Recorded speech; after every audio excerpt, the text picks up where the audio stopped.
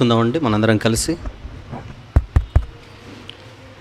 దేవుని యొక్క సహాయాన్ని కోరి మనందరం కలిసి వాక్యంలోనికి వెళదాం. మీరు ఎక్కడున్నప్పటికీ తలలు దించి మరి ప్రార్థనలు ఏకీభవించవలసిందిగా కోరుచున్నాను. మమ్మను మిక్కిలిగా ప్రేమించే మా ప్రియమైన పరలోకపు తండ్రి, మమ్మను ప్రేమించి జగత్తు పునాది వేయబడక మునిపే మీ ఏర్పాట్లు ఉంచుకొని మీ చిత్త ప్రకారంగా ఈ లోకంలో ఒక గొప్ప జన్మను అనుగ్రహించి ఈ బ్రతుకులో మీ గురించి తెలుసుకునేటువంటి ధన్యతను మా అందరికీ ప్రసాదించినందుకు కృతజ్ఞతలు తండ్రి.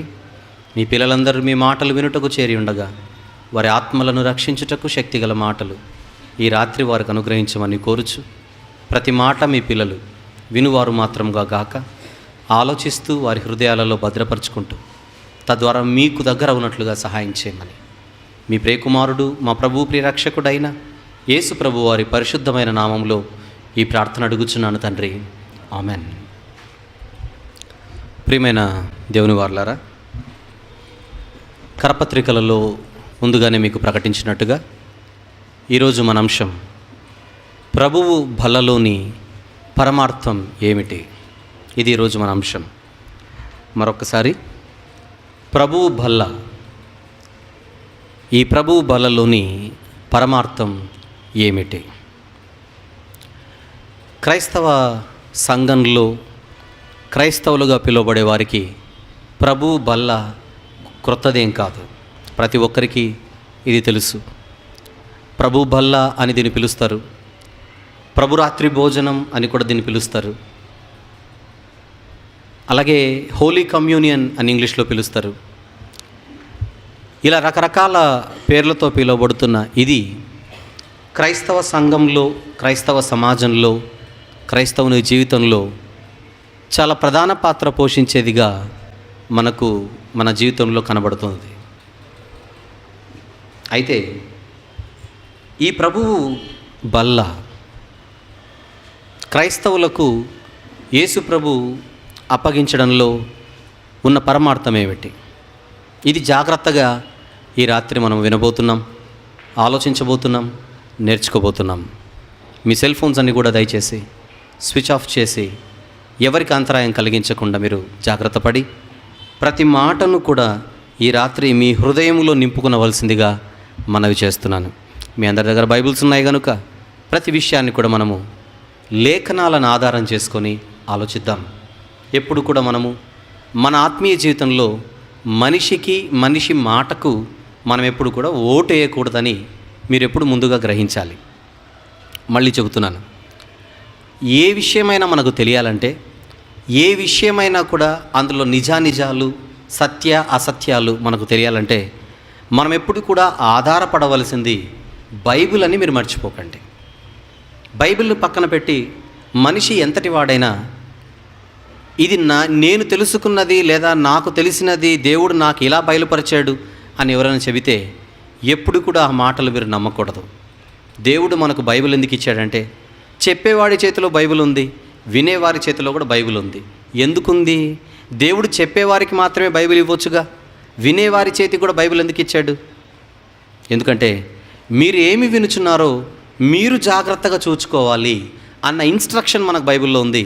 ఒక్కసారి ఆ మాటను చూద్దాం. మార్కు సువార్త ప్లీజ్.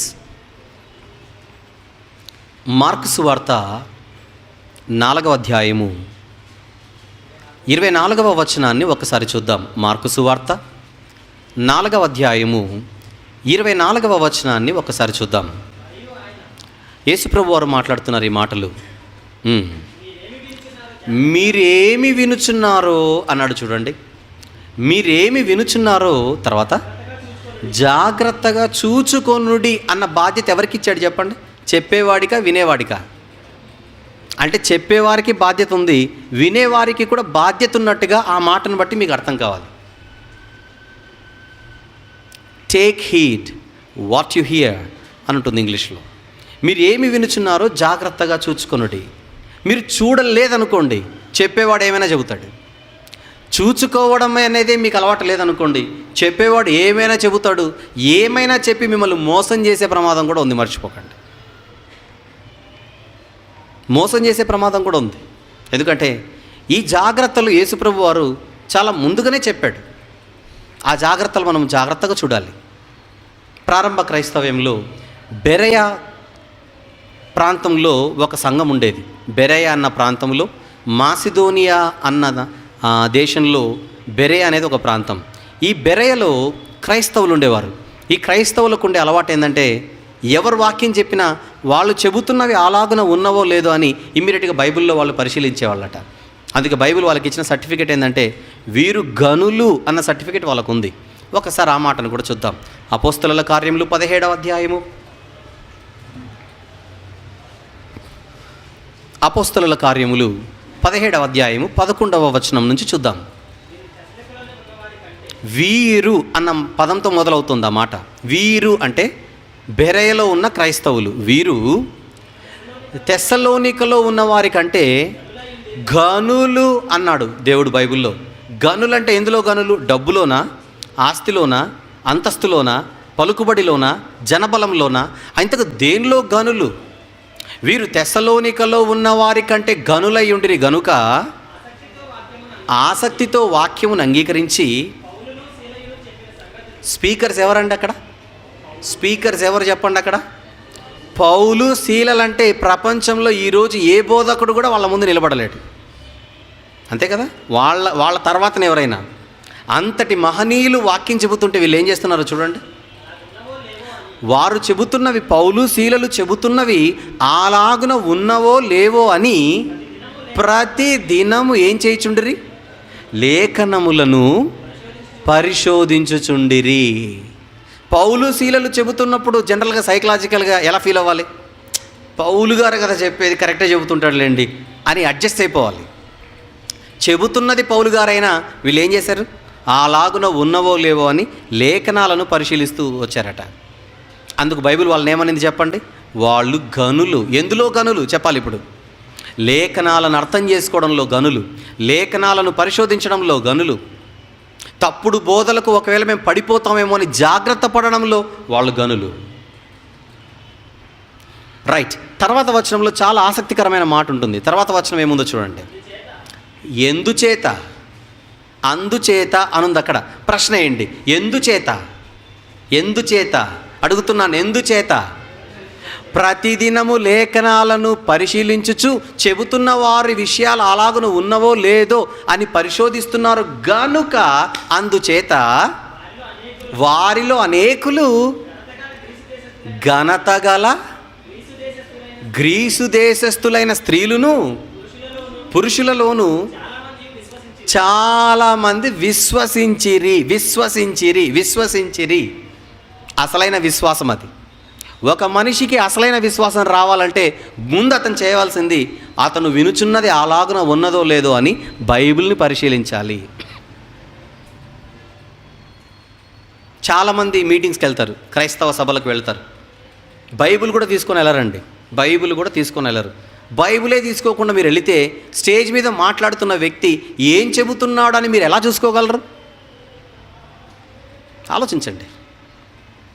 మీరు బైబిల్ తీసుకోకుండా మీరు వెళ్ళిపోయారు అనుకోండి, స్పీకర్ మిమ్మల్ని ఏమైనా చేయగలడు. రాత్రి నాకు దేవుడు కనపడ్డాడు, మీరందరూ కలిసి నాకు ఒక మంచి కారు తీయమని చెప్పాడు, నిజం చెప్తున్నాను అంటాడు. ఇప్పుడు ఏం చేయాలి? తీసిచ్చేస్తారేంటి?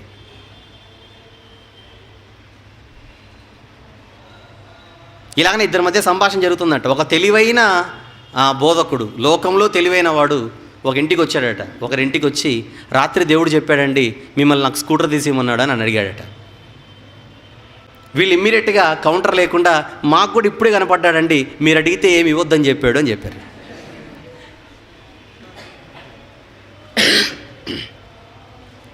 ఇంతకు ఇద్దరు ఎవరిది కరెక్ట్? ఇద్దరు తప్పే. అతను కౌంటర్ వేసాడు కనుక వీళ్ళు ఎన్కౌంటర్ చేశారు అంతే, అంతకంటే పెద్దదేం లేదు అక్కడ. కనుక మీరు మోసపోకూడదనే దేవుడు బైబిల్ మీ చేతికి ఇచ్చాడు. దాన్ని మీరు పరిశీలించకపోతే నేను చెబుతున్నాను, ఇది చిన్న విషయం కాదు. ఆత్మీయ జీవితం అనేది చాలా సీరియస్ లైఫ్. అది దయచేసి గుర్తుపెట్టుకోవాలి. ఏదో టైం ఉంటే స్పిరిచువల్ లైఫ్కి టైం కేటాయించడం కాదు. మనల్ని పరలోకానికి నడిపించే ఏకైక సాధనం మన చేతిలో ఉన్న బైబిల్. మర్చిపోకండి. బైబిల్లో వాక్యం గురించి ఏముంటుందో తెలుసా? మీ ఆత్మలను రక్షించుటకు శక్తి గలది అని వాక్యానికి ఉంది. నరకము నుంచి మన ఆత్మలను రక్షించాలంటే ఒక్క వాక్యానికి తప్ప దేనికి లేదండి. ఒక వాక్యానికి తప్ప దేనికి లేదు. ఎలక్షన్లకు ముందు మన దగ్గరికి ఓట్లు అడిగే వాళ్ళు వస్తారు. మీరే కనుక మాకు ఓటేస్తే మీకు మంచి జరుగుతుందని చెబుతారు. మీరు అడగండి, పరలోకం ఇస్తారా అని అడగండి సీరియస్గా. అది వాళ్ళ చేతిలో లేదు. అది వాళ్ళ చేతిలో లేదు. పరలోకం ఇచ్చే శక్తి ప్రభుత్వానికి లేదే. పరలోకం ఇచ్చే శక్తి అధికారులకు లేదే. పరలోకం ఇచ్చే శక్తి మీరు స్కూళ్ళల్లో, కాలేజీల్లో, యూనివర్సిటీలో చదువుకుంటే ఏ చదువులో లేదే.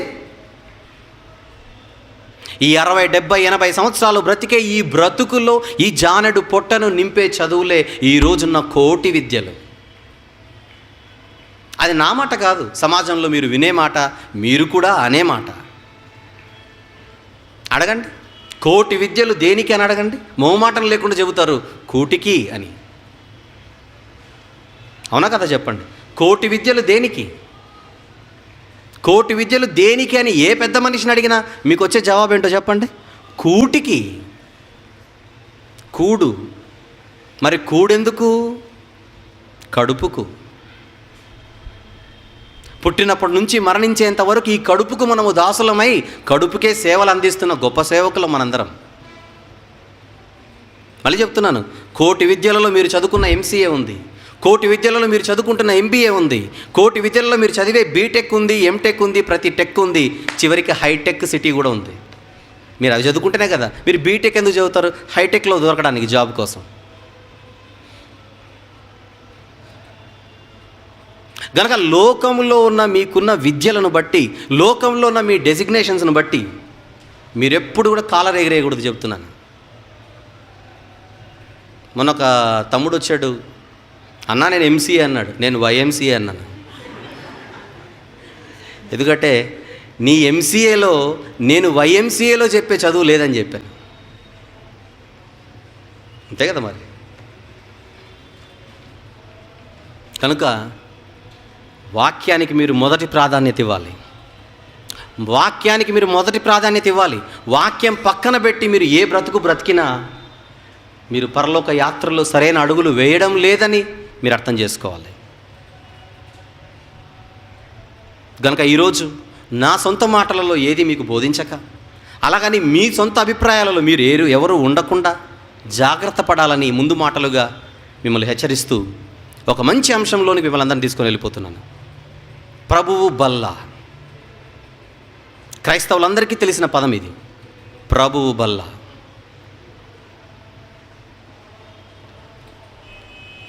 ఈ పాఠాన్ని ఇంత సుస్పష్టంగా మరి సవివరంగా వివరించవలసిన అవసరం ఎందుకు ఏర్పడిందంటే, దురదృష్టం అంటారో, విచారకరం అంటారో, శోచనీయం అంటారో, ఇంకేదైనా పదాలు మీకు డిక్షనరీలో దొరికితే అవి కూడా యాడ్ చేసి ఒక విషయాన్ని అర్థం చేసుకోవాలి. దీని మీద క్రైస్తవులలో అనేక మందికి సరి అయిన అవగాహన లేదని ఈరోజు ఈ పాఠం విన్న తర్వాత మీకు అర్థమైపోతుంది. ఇప్పుడు చూసాం అపోస్తలుల కార్యంలో 2వ అధ్యాయము 42వ వచనం, 41, 42లో చూస్తే పేతురు గారు వాక్యం విన్న తర్వాత బాప్తిస్మము తీసుకుని 3000 మంది చేర్చబడ్డారు. ఎందులో? సంఘములోనికి చేర్చబడ్డారు. సంఘంలోనికి చేర్చబడిన వీరు ఎందులో ఉన్నారని మనకు అర్థమైంది. అపోస్తలుల బోధ ఎందును, 2వ అధ్యాయం 42వ వచనం, సహవాసమందును, తర్వాత ఉన్న పదమే రొట్టె విరుచుట ఎందును, ప్రార్థన ఎందును ఎడతెగక ఉండిరి అని కళ్ళతో మనం చూడగలుగుతున్నాం. ప్రారంభ సంఘం, నిజమైన సంఘం, మొదటి సంఘం. ఈ సంఘంలోనికి చేర్చబడిన క్రైస్తవులందరూ కూడా ఈ రొట్టె విరుచుట యందు, బల్ల కార్యక్రమం, ప్రభు బల్లలో ఎడతెగక ఉన్నారని అర్థమైపోయింది. ఎడతెగక. మరి ఈరోజు క్రైస్తవ్యంలో దీని గురించిన పరిస్థితి ఎలాగుందంటే, ప్రభు బల్ల మీద ఆధారపడి కూడా క్రైస్తవ్యంలో చాలామంది ముక్కలుగా, శాఖలుగా విడిపోయారు. అది మీకు తెలియాలి. చాలా సందర్భాల్లో ఒక మాట చెప్పాను, మళ్ళీ చెబుతున్నాను. ఈరోజు ప్రపంచ క్రైస్తవ్యంలో ఎన్ని శాఖలు ఉన్నాయో లెక్క మీకు తెలుసా? ప్రపంచ క్రైస్తవ్యంలో క్రైస్తవ శాఖలు ఎన్ని ఉన్నాయనుకుంటున్నారు? 38,000 శాఖలు అక్షరాల. ఇది నేటి మాట. 3,000 శాఖలు మొన్నటి మాట. ఇప్పుడు లేటెస్ట్ ఫిగర్ చెప్తున్నాను మీకు. ఈ ప్రపంచ క్రైస్తవ్యంలో ఈరోజు 38,000 శాఖలు ఈరోజు ఉన్నాయి. కానీ బైబిల్లో ఏముందో తెలుసా? ప్రభువు ఒక్కడే, తర్వాత విశ్వాసం ఒక్కటే అని ఉంటుంది. విశ్వాసము ఒక్కటే అని బైబిల్లో ఉంటే ఈరోజు ప్రపంచవ్యాప్తంగా విశ్వాసులు ఉన్నారు, కానీ అందరూ ఒక్కటిగా లేరు.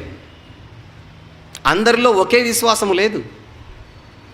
2-3 క్రైస్తవులు 2-3 డినామినేషన్ల నుంచి వచ్చి నిలబడితే బైబిల్లో ఇలా ఉంది కదండి, మీరెందుకు అలా చెబుతున్నారని ఒక వ్యక్తిని అడిగితే, మీరు ఇలా చెబుతున్నారు, వాళ్ళెందుకు అలా చెబుతున్నారని అడిగితే మీకు చెప్పే మాట ఏంటో చెప్పనా? మా విశ్వాసం మాది బ్రదర్, వాళ్ళ విశ్వాసం మాది. మరి మా పాస్టర్ గారు ఇలా చెబుతున్నారంటే, అలాగైతే మీ విశ్వాసం మీది బ్రదర్, మా విశ్వాసం మాది. ఇలా ఎవడి విశ్వాసం వాళ్ళదైతే బైబిల్లో ఉన్న ఒక్క విశ్వాసం సంగతి ఏంటి?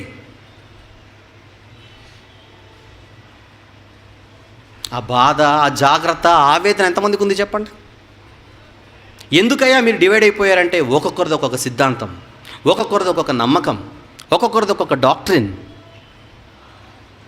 డాక్ట్రిన్ల పేరుతో డినామినేషన్లు పుట్టాయి. డాక్ట్రిన్ల పేరుతో డినామినేషన్లు పుట్టాయి. అందుకే క్రైస్తవులు అడిగే ప్రశ్న ఏంటో చెప్పనా? ఒకవేళ మీరు బస్సులో కానీ ఎక్కడైనా కానీ, లేదా ఇంకెక్కడైనా కానీ మీటింగ్లో కానీ కనపడ్డారనుకోండి, మాటల్లో పరిచయం ఏర్పడింది అనుకోండి, ఏమండి మీరు ఎవరు అంటే నేను క్రిస్టియన్ అన్నారనుకో, అదే ఏ క్రిస్టియన్ అని అడుగుతారు సీరియస్గా. ఏ క్రిస్టియన్ ఏంటి? క్రిస్టియన్, నేను క్రైస్తవుడిని అనగానే ఏ క్రైస్తవుడు? బయట సమాజంలో వినబడే మాట, ఆడువారి మాటలకు అర్థాలు వేరు, తప్పు. క్రైస్తవుల మాటలకు చెప్పండి అర్థాలు వేరు. మీరు ఏ క్రైస్తవుడు అంటే అర్థం ఏంటి? ఏ డినామినేషన్కి సంబంధించిన క్రైస్తవుడు. ఒకవేళ మీరున్న డినామినేషన్, ఆయన ఉన్న డినామినేషన్ ఒకటే అనుకోండి, ప్రాబ్లం లేదు, దోస్త్. పొరపాటున మీది వేది అతనిది వేరు వేరు డినామినేషన్లు అనుకోండి, ముఖ కవలికలే ఒక్కసారిగా మారిపోతాయి.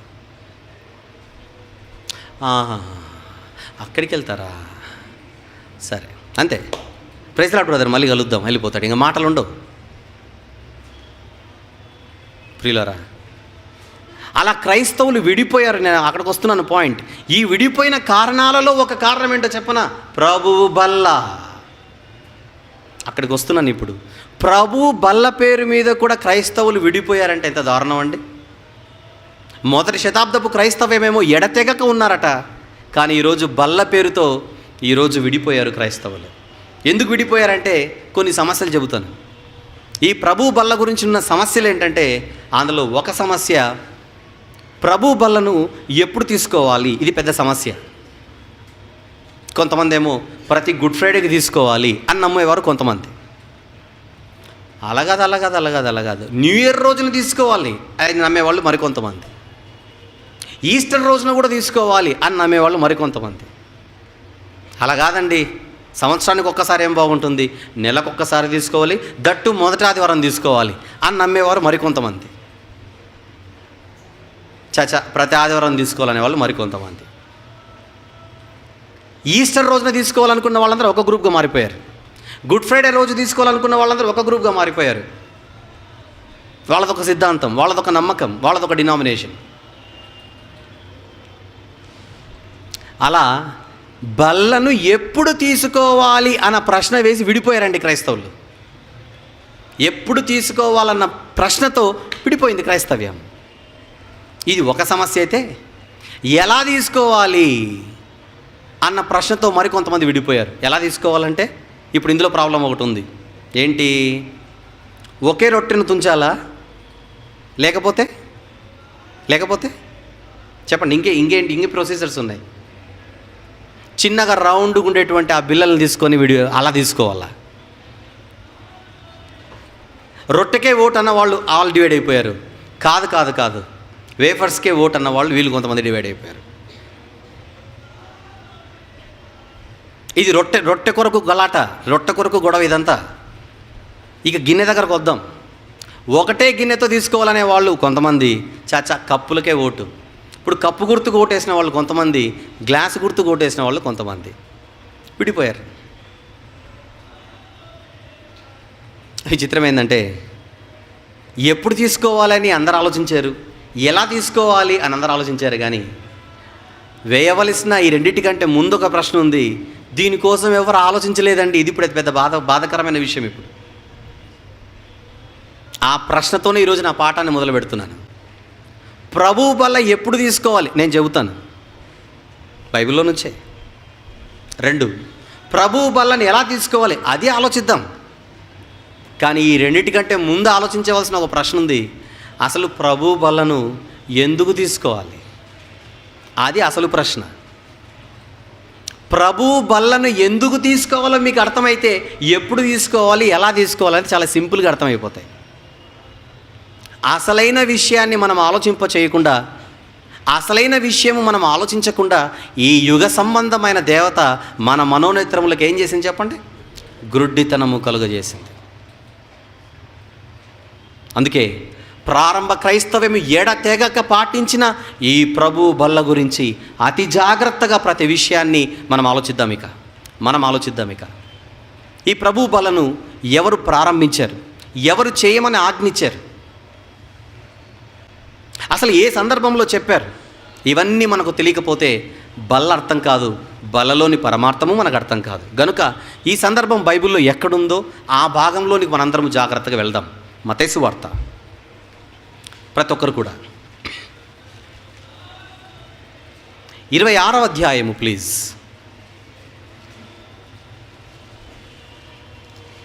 మత్తయి సువార్త 26వ అధ్యాయం 26వ వచనము చూద్దాం. మత్తయి సువార్త 26వ అధ్యాయము 26వ వచనము నుంచి చూద్దాం. చాలా అలర్ట్గా ఉండాలి, ప్రతి ఒక్కరు చాలా ఫాస్ట్గా ఉండాలి, జాగ్రత్తగా అన్ని చూద్దాం.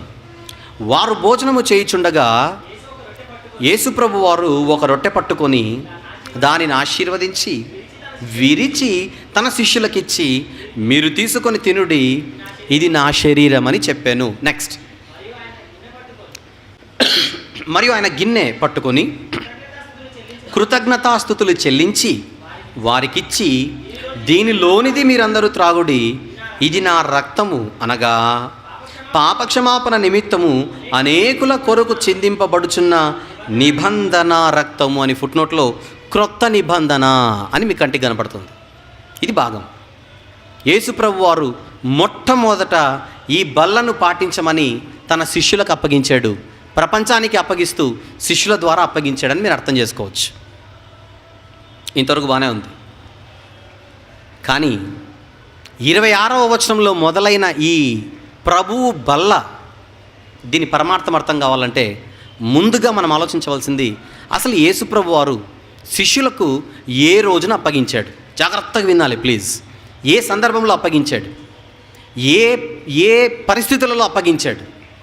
ఇవన్నీ మనకు అర్థం కాకపోతే బల్ల అర్థం కాదు. గనుక 26వ వచనంలో ఉన్న సందర్భం మనకు అర్థం కావాలంటే ముందుగా మనం పైకి వెళ్ళిపోయి మరికొన్ని వచనాలు చూడాలి. 26వ వచనంలో మొదలైన ఈ ప్రభు బల్ల మనకు అర్థం కావాలంటే ముందుగా మనకు 17వ వచనంలో ఉన్న సందర్భం మనకు అర్థం కావాలి. అందరూ బైబిల్ చూడాలి ప్లీజ్. చూద్దాం 17వ వచనం, మత్తయి సువార్త 26:17వ వచనం. పులి అని రొట్టెల పండుగలో మొదటి దినమందు శిష్యులు యేసునొద్దకు వచ్చి, పస్కాను భుజించుటకు మేము నీ కొరకు ఎక్కడ సిద్ధపరచగోరుచున్నావని ఆయనను అడిగిరి. రైట్, చెప్పండి. 26వ వచనములో వారు భోజనము చేయుచుండగా ఒక పాత్రను, ఒక గిన్నె, ఒక రొట్టెనెత్తుకొని వారికి అప్పగించినట్టుగా మనకు అర్థమైపోయింది. అయితే ఈ రొట్టెనెత్తుకొని వారికి అప్పగించే సందర్భం ఏ సందర్భం అంటే 17వ వచనంలో పులి అని రొట్టెల పండుగ, అది అర్థమైపోయింది. 17వ వచనం చదవండి ఇప్పుడు. ఏ పండుగ అది? పులి అని రొట్టెల పండుగలో మొదటి దినమందు. మరి మేము మీకు భోజనం ఎక్కడ సిద్ధపరచాలి, పస్కాను ఎక్కడ సిద్ధపరచాలని శిష్యులు అడిగినప్పుడు ప్రభు వారికి ఇన్స్ట్రక్షన్స్ ఇచ్చాడు. ఇక్కడ మీరు ముందుగా క్యాచ్ చేయవలసింది, యేసు ప్రభు వారు ఒక రొట్టెనెత్తుకొని దానిని ఇది నా శరీరం అని వారికి అప్పగించిన పరిస్థితి, సందర్భం ఏంటంటే ఒక పండుగ రోజులవి. ఏ పండుగ రోజులవి? పులి అని రొట్టెల పండుగ రోజులవి. అంటే ఈ రొట్టెను వాళ్ళకి ఇవ్వడానికి యేసుప్రభు వారు ఏ పండుగను ఎత్తుకున్నాడు చెప్పండి? పులి అని రొట్టెల పండుగను ఆయన సెలెక్ట్ చేసుకున్నట్టుగా మనకు అర్థమైపోయింది. నేను అడుగుతాను, యేసుప్రభు వారు సుమారు 3 నుంచి 3.5 సంవత్సరాలు శిష్యులతో ఉన్నాడు. యేసుప్రభు వారు 3 నుంచి 3.5 సంవత్సరాలు శిష్యులతో ఉన్నాడు. ఎన్నో సందర్భాలలో వాళ్ళు కలిసి ఉన్నారు, ఒకే చోట పడుకున్నారు, ఒకే దోణిలో తిరిగారు. ఏమండి, ఒకే అడవిలో ప్రయాణం చేశారు. వీళ్ళు కలిసి జీవించిన రోజులు ఎన్నో ఉన్నాయి. అన్ని రోజులలో ఏదో ఒక రోజు టైం తీసుకొని వాళ్ళకి రొట్టె ఇవ్వకుండా పులియని రొట్టెల పండుగనే ఎందుకు ప్రభువు చూస్ చేసుకున్నాడు? అది మనకు అర్థం కావాలి. ఆ పులియని రొట్టెల పండుగలను ఆయన సెలెక్ట్ చేసుకోవడంలో ఏదైనా కారణం ఉందా? ఇది తెలియాలంటే ముందుగా మనకు అర్థం కావాల్సింది, అసలు పులియని రొట్టెల పండుగ ఎక్కడుంది, దీన్ని ఎవరు చేయమన్నారు, ఎవరిని చేయమన్నారు, ఎందుకు చేయమన్నారు, ఇది మనకు అర్థం కావాలి. జాగ్రత్తగా ఇప్పుడు చెబుతున్నాను విషయాన్ని. ప్రభు బల్లలోని పరమార్థం మనకు అర్థం కావాలంటే ముందుగా పులియని రొట్టెల పండుగలోని పరమార్థం మనకు అర్థం కావాలి. ఎందుకంటే ఆ పండుగలోని ఆయన రొట్టెనెత్తాడు. జాగ్రత్త. ఆ పండుగను ఎందుకు సెలెక్ట్ చేసుకోవాలి? గనుక మీకు ప్రభు బల్ల అర్థం కావాలంటే ముందు ఏమర్థం కావాలో చెప్పండి. పులియని రొట్టెల పండుగ అంటే ఏంటో మీకు తెలియాలి.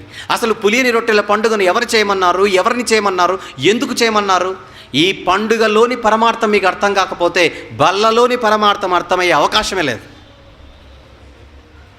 మీరు చిన్నప్పటి నుంచి బల్ల గురించి ఎన్నో వాక్యాలు మీరు వినే ఉంటారు, వర్తమానాలు మీరు వినే ఉంటారు. ఎప్పుడైనా ఎవరైనా బల్ల గురించి చెప్పడానికి పులియని రొట్టెల పండుగను ఎత్తుకున్నారా చెప్పండి? ఎత్తరు. ఎందుకంటే బైబిల్ పరిశీలించకపోతే వాస్తవాలు అర్థం కావు. సందర్భం మీకు అర్థం కాకపోతే మీకు సత్యం ఎప్పుడు అర్థం కాదు. రైట్. బల్ల దగ్గరకు వద్దాం. ముందుగా ఎక్కడికి వెళ్ళిపోదాం? అందరం కలిసి పులియని రొట్టెల పండుగ దగ్గరికి వెళ్దాం. ఇది పాత నిబంధనలోని ఒక పండుగ. ఎవరు చేయమన్నారు? దేవుడు చేయమన్నాడు. ఎవరిని చేయమన్నాడు? ఇశ్రాయేలీలను చేయమన్నాడు. ఇంతవరకు మనకందరికి తెలిసిన సత్యమే. కాకపోతే ఎందుకు చేయమన్నాడు అనేది ఇప్పుడు అసలు విషయం. ఎందుకు చేయమన్నాడు? పులియని రొట్టెల పండుగ లేదా పస్కా పండుగ, పులియని రొట్టెల పండుగ లేదా పస్కా పండుగ, ఈ పండుగను ఇశ్రాయేలీలను దేవుడు ఎక్కడ చేయమన్నాడు? పాత నిబంధనలో ఎందుకు చేయమన్నాడు? ఇది మనం జాగ్రత్తగా బయటికి తీద్దాం. నిదానంగా బల్ల దగ్గరకు వచ్చేద్దాం. కనుక కొద్దిసేపు బల్లను పక్కన పెట్టేయండి, పండుగలోనికి వెళ్ళిపోదాం అందరం కలిసి. రైట్. నిర్గమకాండము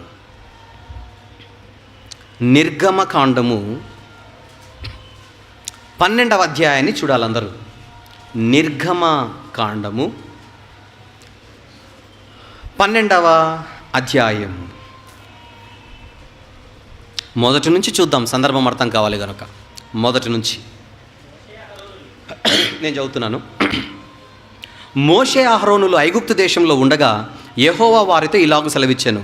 నెలలలో ఈ నెల మీకు మొదటిది, ఇది మీ సంవత్సరమునకు మొదటి నెల.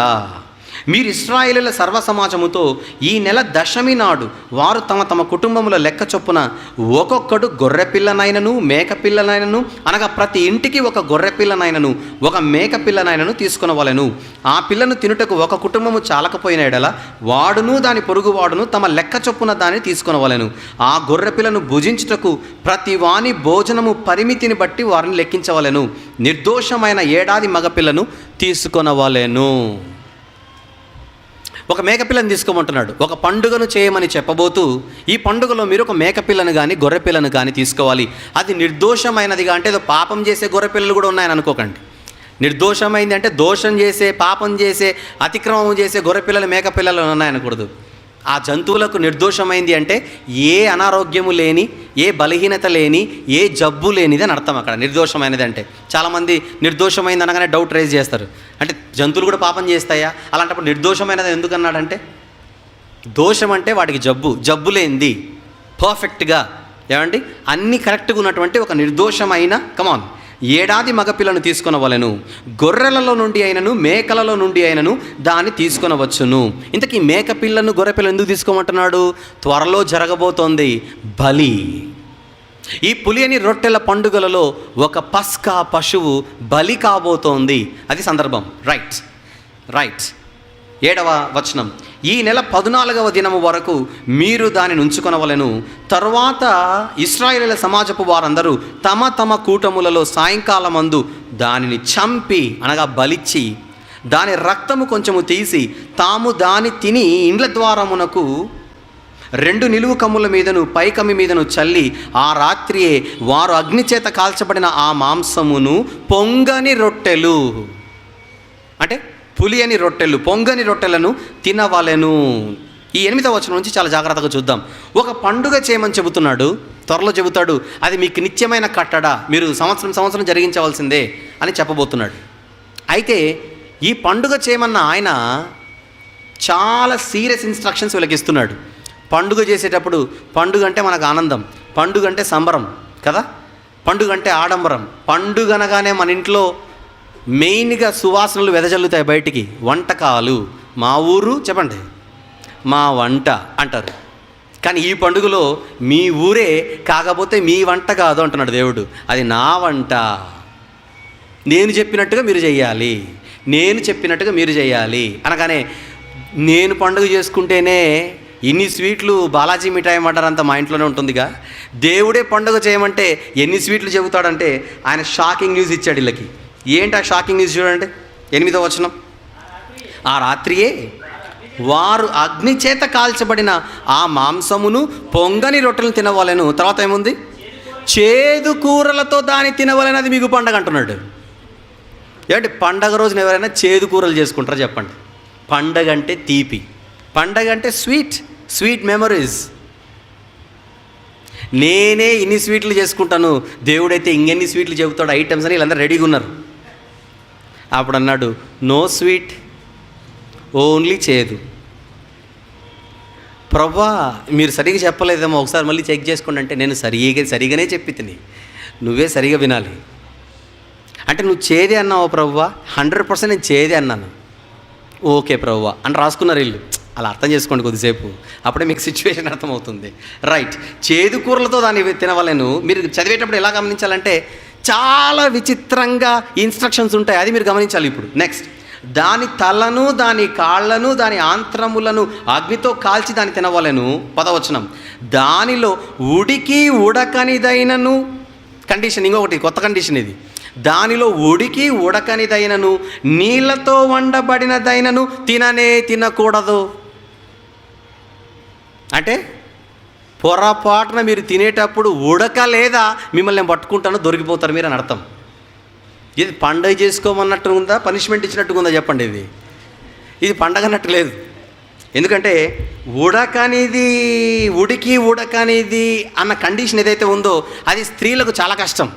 ఎందుకంటే పర్టికులర్గా మాంసం వండేటప్పుడు కిచెన్లో మీరు అబ్జర్వ్ చేయండి, ఉడికిందో లేదో ఒక ముక్క అట్లా వేసేస్తారు.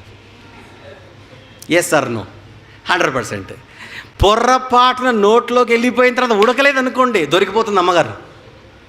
ప్రభు ఇమీడియట్గా మోషేని పిలుస్తాడు. మోషే, ఆ 4వ నంబర్ ఉన్న వార్డులో పలానా ఇంట్లో ఒక ఆవిడ తప్పు చేసింది. మోషే, తప్పేం చేసింది ప్రభు అంటే ఉడకని ముక్క మింగేసింది, దొరికింది, బయటికి లాగు. ఏమంటే ఈ కండిషన్ పురుషులకు పెద్ద ప్రాబ్లం లేదు, వీళ్ళు తినేవాళ్ళు, వండే వాళ్ళకే పెద్ద ప్రాబ్లమ్స్ ఇప్పుడు ఇది. Right, very good. Next condition ఏముంది, నీళ్లతో వండకూడదు. అంటే నీటి చుక్కనే పడకూడదు, నీటి చుక్క పడకూడదు. నెక్స్ట్, ఉదయకాలము వరకు దానిలో దేదియు మిగిలించకూడదు. ఇదెక్కడిది, రాత్రి నువ్వు ఫినిష్ చేసేయాలి. ఎందుకంటే చాలామందికి నాన్ వెజిటేరియన్ ఐటమ్స్లో ఉండే మజా ఏంటంటే రాత్రంతా వండుకొని కొంచెం తిని మార్నింగ్కి పెట్టుకుంటారు. ఎందుకమ్మా మార్నింగ్ పెట్టుకుంటే రాత్రంతా నానితే మసాలా సూపర్గా ఉంటుందన్న అంటారు అనమాట. సీరియస్గా ఏంటి, నానితే దేవుడికి మన టేస్ట్లు తెలుసు కనుక, ఒరే మీరు మార్నింగ్ వరకు ప్లాన్ లేకూడదు అని చెప్పాడు. అయినా వినరుగా, దేవుని మాట మనిషి ఎప్పుడు వినడు, మార్నింగ్ వరకు రెడీ అయిపోతాడు. అప్పుడేమన్నాడు, ఒకవేళ మిగిలితే ఏం చేయాలి ప్రభు, మేము తినలేకపోయామేమంటావు అంటే ఏమంటున్నాడో చూడండి, ఉదయకాలం వరకు దానిలో మిగిలితే అని అడిగాడు మనిషి. ఆయన అన్నాడు, ఆ అగ్నితో కాల్చేయాలి. కాల్చేసేయండి ప్రభు. కాల్చేయాలి ప్రభు, కాల్చేయండి. మటన్ ప్రభు 400 రూపాయలు కిలో ఇప్పుడు, అయినా కాల్చేయండి.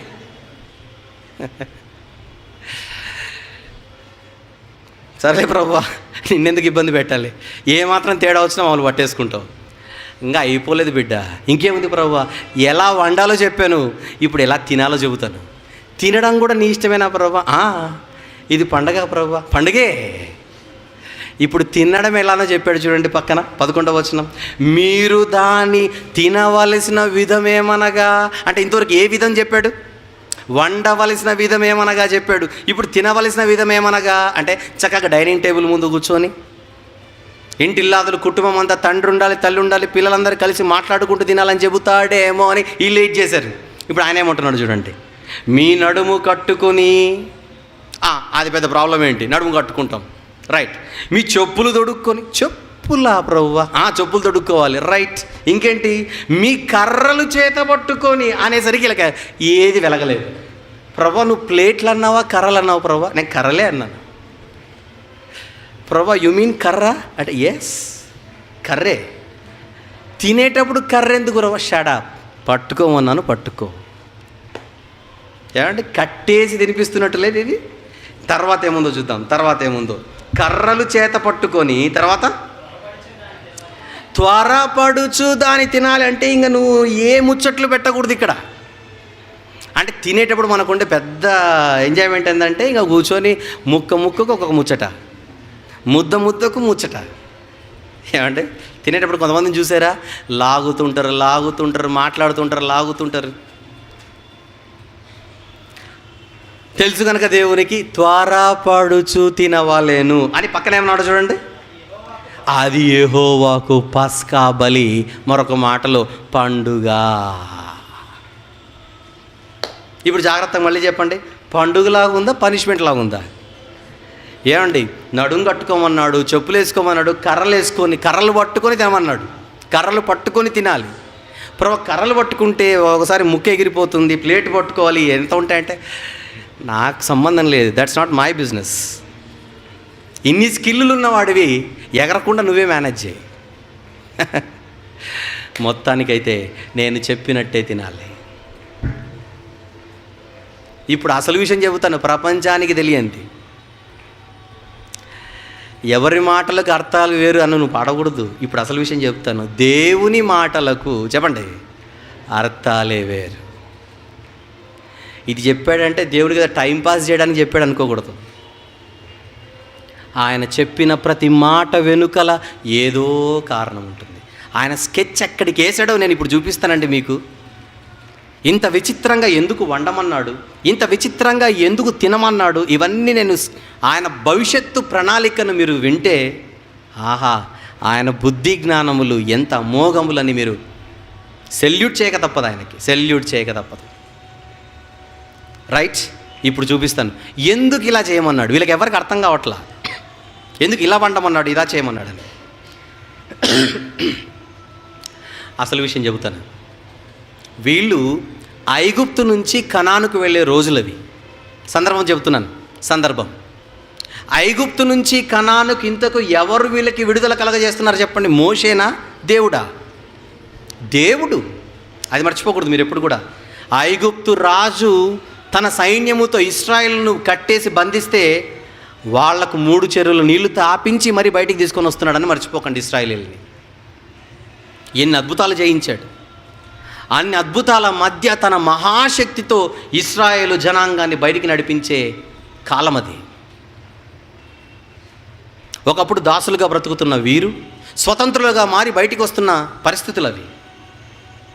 అలా ఏదో ఒక రోజు వీళ్ళు కనానికి వెళ్ళిపోతారు, ప్రామిస్డ్ ల్యాండ్కి వెళ్ళిపోతారు, వాగ్దాన దేశానికి వెళ్ళిపోతారు. వెళ్ళిపోయిన తర్వాత భవిష్యత్తులో ఏం జరుగుతుందో చెప్పనా? ఒక 50-100 సంవత్సరాలకే దేవుడు ఇశ్రాయేలుకు చేసిన మేలులు ఎవ్వరికి జ్ఞాపకము లేకుండానే మరిచిపోయే ప్రమాదం భవిష్యత్తులో పొంచుంది. మీరు జాగ్రత్తగా ఆలోచించండి. మనిషి చేసిన మేలు త్వరగా మరిచిపోయే ప్రొఫైల్ కలిగిన వాడు. దేవుడు ఇన్ని మేలులు చేస్తే అవి త్వరగా మరిచిపోయే పరిస్థితి మనిషిది. పొందిన మేలే మరిచిపోయే మనిషి రేపొద్దున వాగ్దాన దేశానికి వెళ్ళిపోయిన తర్వాత వీళ్ళకి పిల్లలు పుడతారు. ఆ పిల్లలకు దేవుని గురించి చెప్పే అన్ని పరిస్థితులు ఉంటాయా మీరు చెప్పండి. తల్లిదండ్రులను కూర్చోబెట్టి, నాయనా మీరు పాటలు రాయకండి, ఈ ఊరు మనది, ఈ దేశం మనది, నీరు మనది, గాలి మనదని మీరు పాటలు రాయకండి, అసలు ఇది మనది కాదు. ఒకప్పుడు మనం దాసులుగా ఐగుప్తులో ఉంటిమి, ఐగుప్తులో దాసులుగా ఉన్న మనలను దేవుడు స్వతంత్రులుగా చేసి మనల్ని తీసుకొని వచ్చి తన బాహుబలము చేత, మహాశక్తి చేత, తన సర్వశక్తితో ఆయన మనల్ని తీసుకొని వచ్చి ఈరోజు ఈ దేశంలో మనకు బహుమానంగా మనకిస్తే ఈ గడ్డ మీద ఆయనకు బిడ్డలుగా బతుకుతున్నాం బిడ్డ అని ఏ బిడ్డకైనా తల్లిదండ్రులు చెబుతారా చెప్పండి? భవిష్యత్తులో చెప్పరు. దేవుడు చేసిన మేలును పిల్లలకు చెప్పే పరిస్థితి భవిష్యత్తులో ఉండదని దేవునికి ముందే తెలుసు. నా గురించి చెప్పండి అయ్యా అంటే ఎవరు చెబుతారు? ఎవరు చెప్పరు. అందుకు దేవుడు చాలా తెలివిగా ఏం చేశాడంటే, మీరు ఎలాగూ చెప్పరు కనుక మీ పిల్లలే వచ్చి మిమ్మల్ని ఏదో ఒక ప్రశ్న అడగాలి, ఆ ప్రశ్న అడిగితే అప్పుడు మీరు నా గురించి చెప్పాలి, అలాంటి సిచ్యువేషన్ నేనే క్రియేట్ చేస్తాను మీ ఇంటిలో అని ప్లాన్ చేశాడు. చేసి మీరు ప్రతి ఏటా ఒక పండగ చేయండి, నా గురించి చెప్పండి అంటే వాళ్ళు బరువు, కానీ మనిషికి పండగ చేసుకోమంటే ఎవడని చేసుకుంటాడు. కనుక పండుగ చేయండి అనేసరికి రెడీ పండుగ చేసేస్తా. ఏం లేదు, మాంసం తినండి. పండుగలో మాంసం అంటున్నావు ప్రభా, ఓకే రెడీ, రైట్. కాకపోతే నేను చెప్పినట్టుగా టేస్ట్ ఏదైనా పర్లేదు ప్రభా, మటన్ ఉంటే చాలు, రైట్, నో ప్రాబ్లం. అందుకే చూడండి, ఖచ్చితంగా మటనే పెట్టాడు అక్కడ. Very good. ఇప్పుడు మీరు ఏం చేయాలంటే పండుగ చేయండి, మీ పనిలో మీరు ఉండండి. అలా మీ పనిలో మీరుండగా దేవుని మనసులో ఏముందో చెబుతున్నాను. ఇప్పుడు దేవుని మనసులో తల్లిదండ్రులు ఇంట్లో ఏం చేస్తూ ఉంటారో ఇవన్నీ ఎవరు గమనిస్తుంటారో చెప్పండి? ప్రతి ఇంటిలో పిల్లలు గమనిస్తుంటారు. పిల్లల కండ్లు ఎప్పుడు తల్లిదండ్రుల మీద ఉంటాయి. పిల్లల సైకాలజీ ఏంటో చెప్పనా? పిల్లల మనస్తత్వం ఏంటో చెప్పనా? తల్లిదండ్రులు చెప్పింది పిల్లలు ఎప్పుడు చేయరు, తల్లిదండ్రులు చేసేది మీరు చెప్పకుండా చేస్తారు. అది పిల్లలకు ఉండే స్పెషాలిటీ. ఒరే నువ్వు సిగరెట్ తాగకురా అని తండ్రి చెబితే ఆడికి అంత ఎక్కదు. ప్రతిరోజు ఇంటికి వచ్చి సిగరెట్ తాగుతున్నాడు అనుకోండి, మీరు చెప్పకుండా ఆడ తాగుతాడు భవిష్యత్తులో. అదే చెప్తున్నాను నేను. తాగుడు మంచిది కాదురా అని పిల్లలకి చెప్పండి, మద్యపానం మంచిది కాదు ప్రభుత్వం కూడా చెప్పింది అని మీరు అనండి, ఆడికి అది ఎక్కదు. ప్రతిరోజు మీరే కుటుంబ పెద్దగా ఇంటిగా మీరు తాగి వస్తున్నారు అనుకోండి, మీరు వద్దన్న ఆడ తాగుతాడు పెద్దగా అయిన తర్వాత. మీరు రాసుకోవచ్చు భవిష్యత్, మా డాడీనే అంటాడు. ఇంకేముంది? గనక తల్లిదండ్రుల మీద పిల్లలకు ఎప్పుడు కన్ను ఉంటుందని మర్చిపోకండి. అది తెలిసిన దేవుడు ఇలా ఏం చెప్పాడంటే, పండుగ చేసుకోండి, నేను చెప్పినట్టుగా చేయండి అని చెప్పి మాంసం చేయండి, కాకపోతే చేదు ఎక్కువ ఉండాలి. జనరల్గా మిగిలిన రోజుల్లో ఎవరైనా మాంసం చేసుకుంటే చేదుగా ఉంటుందా, చక్కని రుచి ఉంటుందా చెప్పండి? చక్కని రుచి ఉంటుంది. అలా ఈ పండుగ ఒకటి చేస్తూ ఆ పండుగలో చేదు కూరలతో వీళ్ళు తినడం చూస్తుంటే, దట్టు పొంగని రొట్టెలతో దీన్ని తినాలి. నెక్స్ట్ ఏంటి కండిషన్? రాత్రి మిగిల్చింది ఉదయంలో తినకూడదు. ఇవన్నీ పిల్లలు చూస్తూ వాళ్ళలో ఏం కలుగుతాయో చెప్పండి? ఖచ్చితంగా మొట్టమొదట కదిలేది తినాలని కాదు, ఎందుకైతే విచిత్రంగా ప్రవర్తిస్తున్నారు మా మమ్మీ డాడీ అని ఆలోచిస్తారు మొదట. దట్టు ప్రతిరోజు కూర్చొని ముచ్చట్లు పెట్టుకుంటూ తినే మనము సీరియల్ చూసుకుంటూ కదా, ఈరోజు ఏమంటారు, త్వరగా తిను అంటుంటే ఇటు డౌట్ వస్తుంది, ఏ రోజు పెట్టని తొందర ఈరోజు ఎందుకు పెడుతున్నావు మమ్మీ అని అడుగుతాడు ఇటు. ఏ రోజు వండనట్టు ఈరోజు ఎందుకు వండారు? ప్రతిరోజు మీరు చేస్తే పొంగుతాయి, అలా ఆ పొంగుడు లేదే ఇక్కడ, అసలు టేస్టే లేదు, ఇది ఏమొచ్చింది మమ్మీ ఇంత భయంకరంగా చేసావు వంట అని ఇటు అడగాలి. మీకు అర్థమవుతుందో లేదో? రేపొద్దున పిల్లలు వచ్చి ఇది ఎందుకు చేస్తున్నారని మిమ్మల్ని అడగాలి. అలా అడగాలంటే అన్ని పండుగలలా అది ఉండకూడదు, అన్ని వంటల్లాగా అది ఉండకూడదు, అన్ని డిన్నర్లలాగా అది ఉండకూడదు, విచిత్రంగా ఉండాలి. అప్పుడు వాడొచ్చి మిమ్మల్ని అడుగుతాడు. వాడొచ్చి నిన్ను అడిగితే అప్పుడు నువ్వేం చెప్పాలంటే, నాయన ఒకప్పుడు మేము ఐగుప్తులో దాసులుగా ఉంటే దేవుడు తన బాహుబలం చేత బయటికి తీసుకుని వచ్చి ఈరోజు మనకి ఈ దేశాన్ని ఇచ్చాడు, అందుకే ఇక్కడ మనం స్వతంత్రంగా బ్రతుకుతున్నామని మీరు చెప్పాలి. అంటే అల్టిమేట్గా రాబో తరాల వారికి నేనేంటో మీరు చెప్పాలి. తల్లిదండ్రులుగా మీ పిల్లలకు నేను మీకు చేసిన దానిని మీరు మీ పిల్లలకు చెప్పాలి. అది అక్కడ కండిషన్. మీ పిల్లలకు మీరు నా గురించి చెప్పమంటే మీకు అంత టైం ఉండదు కనుక, అంత మనసు ఉండదు కనుక, మీరు చెప్పకున్నా వాడైనా మిమ్మల్ని వచ్చి అడిగే పరిస్థితి నేను కల్పిస్తాను. వాడు అడిగినప్పుడైనా చెప్పండి. అర్థమవుతుందా సిచ్యువేషన్? వినడానికి కథ సూపర్గా ఉంది అని మీరు అనుకుంటున్నారుగా. కథ కాదు ఇది, యథార్థ గాథ. నా మాటల్లో చెప్పాను. ఇప్పుడు బైబిల్లోనికి వెళ్ళిపోదాం. రండి మళ్ళీ నిర్గమకాండము 12వ అధ్యాయంలోనే కంటిన్యూగా మీరు చదువుకుంటూ తర్వాత రండి. మనం 12 వరకు చదువుకున్నాం, మీరు తర్వాత 13 నుంచి చదువుకుంటారండి. మనకు అవసరాన్ని బట్టి 25 నుంచి చదువుకుందాం. 12వ అధ్యాయం 25. యెహోవా తాను సెలవిచ్చినట్లు మీకిచ్చుచున్న దేశమందు మీరు ప్రవేశించిన తరువాత మీరు దీనిని ఆచరించవలెను అని చెప్పాడు. మీరు ప్రవేశించిన తర్వాత దీన్ని చేయండి. ఇప్పుడు అంటున్నాడు చూడండి 26వ వచనం, మరియు మీ కుమారులు, వచ్చాడు పాయింట్కి వచ్చాడు, అసలు పాయింట్కి వచ్చాడు. మరియు మీ కుమారులు మీరు ఆచరించు ఈ ఆచారం ఏమిటని మిమ్మును అడుగునప్పుడు, అండర్లైన్ చేయండి దాన్ని, మీ కుమారులు మీరు ఆచరించు ఈ ఆచారం ఏమిటని వాళ్ళు అడిగితే అప్పుడన్నా మీరు నోరులు ఓపెన్ చేయండి అంటున్నాడు. అంటే వీళ్ళు పండగ ఏమో చేస్తారు, భవిష్యత్తులో మీరు నా గురించి మీరు చెప్పకుండానే ఇవన్నీ చేస్తారని తెలుసు. అప్పుడు పిల్లలు వచ్చి మిమ్మల్ని అడిగితే మీరేం చెప్పాలి? 27వ వచనం, మీరు ఇది యెహోవాకు పస్కా బలి, ఆయన ఐగుప్తీయులను హతము చేయించు మన ఇండ్లను కాచినప్పుడు ఆయన ఐగుప్తులో ఉన్న ఇశ్రాయేలీల ఇండ్లను విడిచిపెట్టెను అనవలెనని చెప్పవలెను అంటున్నాడు. చూసారు ఏం చెప్పమంటున్నాడు? రొట్టెలు ఎందుకు చేయమన్నాడు? రొట్టెలు ఎందుకు ఇలా చేస్తున్నారు, మాంసం ఎందుకు ఇలా చేస్తున్నారంటే దేవుడు చెప్పాడని చెప్పకుండా అసలు విషయం చెప్పాలి.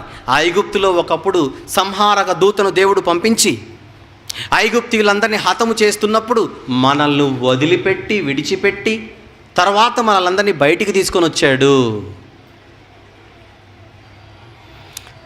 అని నేను మీకు చేసిన గొప్ప మేలును మీరు మర్చిపోకుండా మీ పిల్లలకు చెప్పాలి. పులి అని రొట్టెలలోని పరమార్థం. ఆ ఒక్క మాటతోనే కాకుండా మళ్ళీ 13వ అధ్యాయానికి కూడా వెళ్దాం. 13వ అధ్యాయంలో కూడా ఇది కంటిన్యూ అవుతుంటుంది. 13వ అధ్యాయంలో కూడా చూడండి. 13వ అధ్యాయం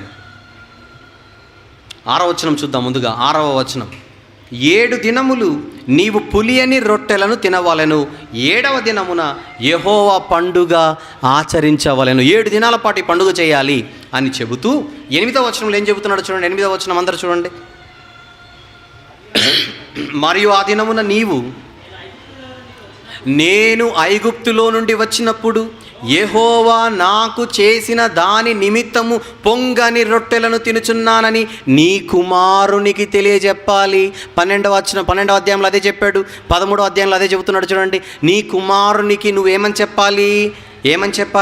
నేను ఐగుప్తులో నుండి వచ్చినప్పుడు యెహోవా నాకు చేసిన దాని నిమిత్తము. ఇంతకు ఐగుప్తులో ఏం చేశాడు?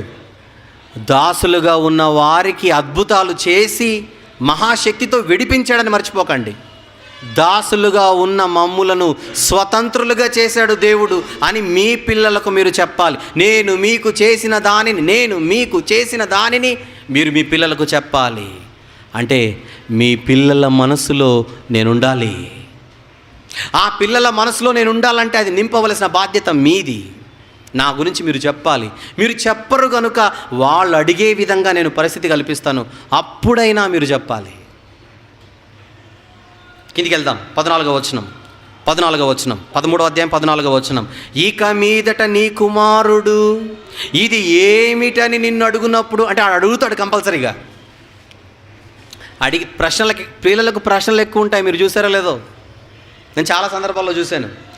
డాడీ ఒక 5 సంవత్సరాలు 6 సంవత్సరాల ఉన్న కుర్రోడిని, 4, 5, 6 సంవత్సరాల కుర్రోడిని బిడ్డను మార్కెట్కి తీసుకొని వెళ్తాడు. ఒకరోజు ఇంటికి వచ్చిన తర్వాత వాళ్ళ అమ్మతో ఏం చెప్తాడో తెలుసా? నీ కొడుకుని నేను ఎప్పుడు మార్కెట్కి తీసుకొని వెళ్ళను, నన్ను ఒక్క నిమిషం ఫోన్ అన్న మాట్లాడించాడు మా ఆఫీసర్తో. ఇది ఏంటంటాడు, ఇది ఏంటాడు. ఆడి ప్రశ్నలకు జవాబులు చెప్పే ఓపిక తీరిక నాకు లేదు. ఆ డౌట్లన్నీ నువ్వు క్లారిఫై చేసి తర్వాత అండి పంపు అంటాడు డాడీ. మీరు చూసారా లేదా? పిల్లలు అడుగుతుంటారుగా, ఎన్నో అడుగుతారు. అది పిల్లలకుండే మనస్తత్వము గనుక దేవుడు ముందే పసిగట్టి వాడు మిమ్మల్ని అడుగునప్పుడు, చదవండి 14వ వచనం, ఇక మీదట నీ కుమారుడు ఇది ఏమిటని నిన్ను అడుగునప్పుడు నీవు వాని చూచి, చెబుతున్నాడు, బాహుబలము చేత యెహోవా దాసగృహమైన ఐగుప్తులో నుండి మనలను బయటికి రప్పించెను. ఫరో మనల్ని పోనీయకుండా తన మనసును కఠినపరుచుకొనగా యెహోవా మనుషుల తొలి సంతానమేమి, జంతువుల తొలి సంతానమేమి, ఐగుప్తు దేశంలో తొలి సంతానమంతయు సంహరించెను. ఆ హేతువు చేత నేను మగదైన ప్రతి తొలిచూలు పిల్లను యెహోవాకు బలిగా అర్పించుదును అని మీ పిల్లలకు మీరు నేను చేసిన దానిని మీరు చెప్పాలి. చెప్పండి. వీళ్ళు రొట్టెలు తినడంలో దేవునికి ఆనందం ఉందా? ఆ సందర్భాన్ని పురస్కరించుకొనైనా నా గురించి మీరు పిల్లలకు చెప్పాలి, అందులో నా ఆనందం ఉందంటున్నాడా? చెప్పండి. దేవుని ఆనందం ఎందులో ఉందో చెప్పండి. ఇవన్నీ చూసిన తర్వాత మీరు వీళ్ళు రొట్టెలు తినడంలో, చేదుకూరలతో తినడంలో, నడుములు కట్టుకొని చెప్పులు తొడుగుకొని త్వరపడుచి తినడంలో దేవుడు ఏమైనా ఆనందిస్తుంటాడా? పైన వీళ్ళు చేసుకోవడం కాదు దేవునికి ముఖ్యం, వీళ్ళు తినడం కాదు దేవునికి ముఖ్యం. కనీసం ఆ సందర్భాన్నైనా మీరు ఉపయోగించుకొని నా గురించి నేను మీకు ఇస్తున్న బహుమానాలైన పిల్లలకు మీరు చెప్పాలి. అది పులియని రొట్టెల పండుగలోని, చెప్పండి, పరమార్థం. రొట్టెల పండుగ ఎందుకు చేయమన్నాడు పాత నిబంధనలో? ఆయన చేసినది వారు జ్ఞాపకము చేసుకుని, జాగ్రత్త వినండి, పులియని రొట్టెల పండుగ ఎందుకు చేయమన్నాడు పాత నిబంధనలో? ఆయన వారికి చేసిన దానిని జ్ఞాపకము చేసుకొని వారి పిల్లలకు వాళ్ళు ప్రచురించాలి. ఒక మాటలో చెప్పాను మొత్తం. అదే మీకు అర్థమైందా? ఇంకేమైనా అర్థమైందో చెప్పండి. అదే మీకు అర్థం కావాలి. అందరని అడుగుతున్నాను ఇప్పుడు. పాత నిబంధనలో రొట్టెల పండుగ ఎందుకు చేసుకోమన్నాడు చెప్పండి? నన్ను జ్ఞాపకము చేసుకొనుటకై. Yes are no? నేను మీకు చేసిన దానిని జ్ఞాపకము చేసుకొనుటకై మీరు దీనిని చేయుడి అని చెప్పకనే చెప్పాడు పాత నిబంధనలో పులియని రొట్టెల పండుగ విషయంలో. ఇప్పుడు ఈ పండుగ ఎప్పటి వరకు వచ్చినట్టుగా మనకు అర్థమైపోయింది? యేసుప్రభు ఉన్నంత వరకు పులియని రొట్టెల పండుగ ఉందా లేదా? ఉంది అనుటకి ఇంతకుముందు మీకు మత్తయి సువార్తలో చూపించాను. మత్తయి సువార్త 26వ అధ్యాయం 17వ వచనంలో ఏ పండుగ రోజున సందర్భం అది? పులియని రొట్టెల పండుగ. అంటే పండుగేమో మోషే గారి కాలం నుంచి యేసుప్రభు వారి కాలం వరకు వచ్చేసింది జాగ్రత్తగా. కానీ పండుగలో ఉన్న పరమార్థం ఏంటి? పండుగ చేసుకునే వీరు ప్రభువు చేసిన మేలును గురించి ప్రచురించాలి. అది మర్చిపోతారేమోననే కదా ఇది ఇచ్చింది. అది మర్చిపోకుండా ఉండడానికే కదా ఆయన ఇచ్చింది ఇది. అంటే ఒక రకం చెప్పాలంటే పులియని రొట్టెల పండుగ అంటే ఒక మెమోరియల్ యాక్టివిటీ. చెప్పండి, పులియని రొట్టెల పండుగ అంటే ఏంటి? ఒక మెమోరియల్ యాక్టివిటీ. అది చేసైనా మీరు నా గురించి చెప్పాలి. అది చేస్తున్నప్పుడైనా నీ పైన ఉన్న బాధ్యత నీకు గుర్తుకు రావాలి. ఆగస్టు 15 వచ్చిందనుకోండి, జెండా ఎగరేస్తారు. జెండా ఎగరేసిన తర్వాత ఉపన్యాసాలు ఇచ్చే వాళ్ళందరూ ఎవరి గురించి మాట్లాడతారు చెప్పండి? ఈ స్వతంత్రం రావడానికి ఎవరెవరైతే కష్టపడ్డారో త్యాగశీలులో వాళ్ళందరినీ జ్ఞాపకం చేసుకుంటారు ఆ రోజు కదా. అందుకే సంవత్సరంలో మనకు ఎప్పుడు వీళ్ళందరూ గుర్తుకు రాకపోయినా ఆగస్టు 15న భారతీయులందరూ వీళ్ళని జ్ఞాపకం చేసుకుంటారు. కారణం ఆ జెండా మనకి ఈ అజెండాను పరిచయం చేస్తుంది, జ్ఞాపకం చేస్తుంది కనుక. అలాగే పాత నిబంధనలో దేవుడు చాలా జ్ఞానయుక్తంగా ఇచ్చినది ఇది. ఈ పండుగ యేసుప్రభు వారి వరకు వచ్చింది జాగ్రత్తగా. కానీ ఇప్పుడు అసలు పాయింట్ చెబుతాను. మోషే గారి తర్వాత ఇశ్రాయేలుకు నాయకుడు ఎవరు చెప్పండి? యెహోషువ గారు. మోషే గారి తర్వాత యెహోషువ గారు చనిపోతారు. ఆ తరం చనిపోతుంది, కొత్త తరం వస్తుంది. కొత్త తరం వచ్చిన తర్వాత పరిస్థితి ఎలాగుందో ఒకసారి మీరు కళ్ళతో చూడండి. ఒకసారి న్యాయాధిపతుల గ్రంథం 2వ అధ్యాయము, న్యాయాధిపతుల గ్రంథము 2వ అధ్యాయము 10వ వచనాన్ని మీరు ఒక్కసారి చూడాలి. 10వ వచనం, ఆ తరము వారందరూ తమ పితరుల యొద్దకు చేర్చబడి, అంటే చనిపోయారు. నెక్స్ట్, వారి తర్వాత జాగ్రత్తగా చూడాలి దీన్ని మీరు, యెహోవానైనను ఆయన ఇశ్రాయేలీల కొరకు చేసినదైనను చేసిన కార్యమునైనను ఎరుగని తరము ఒకటి పుట్టేసింది. ఏ గ్రంథం అది? న్యాయాధిపతుల గ్రంథం. అంటే యెహోషువ గారు అయిపోయిన తర్వాత వచ్చిన గ్రంథం అది.